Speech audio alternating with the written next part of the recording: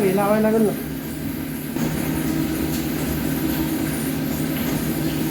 Okay. आता या ठिकाणी आपल्याला एक्स ॲक्सिसचा ऑफसेट व झेड ॲक्सिसचा ऑफसेट टर्निंग टूलचा घ्यायचा आहे. त्यामुळे आता स्टुडंट टूल जॉबच्या जवळ घेत आहे.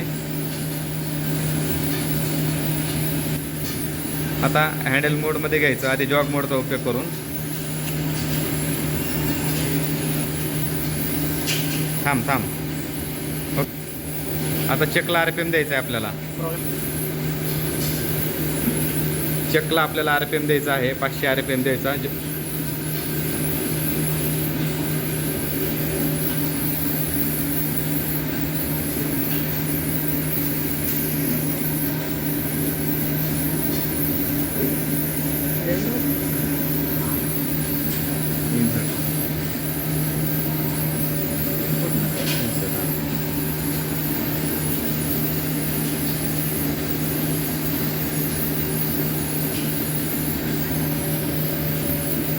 आता सायकल स्टार्ट. फिरलं. आता आपल्याला एक्सचा पहिल्यांदा ऑफसेट घ्यायचा आहे, त्यामुळे एक्सला लाईट कट काढायचा आहे आपल्याला.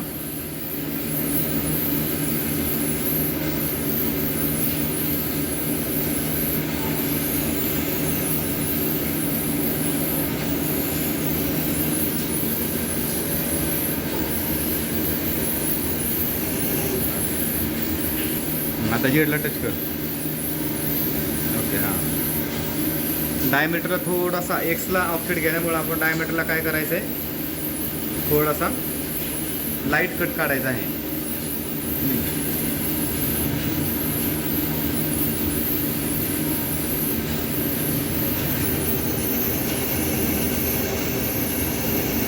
ओके. लाईट कट निघाल्यानंतर सरळ तसंच रिवर्स आपल्याला फिरवायचं आहे.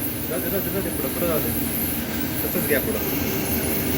वर्नियर बसेल, मायक्रोमीटर बसेल, अशा पोझिशनने घ्यायचं आहे आपल्याला. ओके. हां, ठीक. करायची गरज नाही.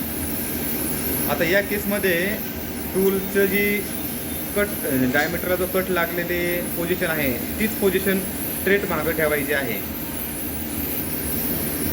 याच केसला आपल्याला डायमीटरच्या पोझिशनलाच आपल्याला टूल ठेवायचं आहे. एक्सला कुठलीही मुवमेंट करायची नाही ऑफसेट घेताना.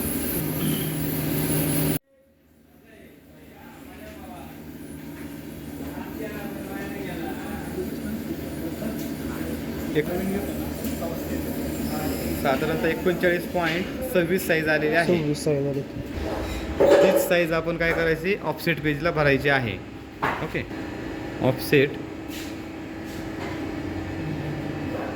आता प्रोग्राममध्ये आपण किती नंबर टूल घेणार आहे, त्याच्यामध्ये ऑफसेट नंतर जॉमेट्री पेजला जायला लागतं.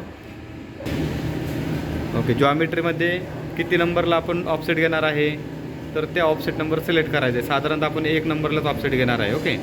तर याच ठिकाणी काय करायचं, वर्नियरने मोरलेली साईज टाईप करायची. 39.26. हां. आता मेजर प्रेस करावं लागेल. ओके.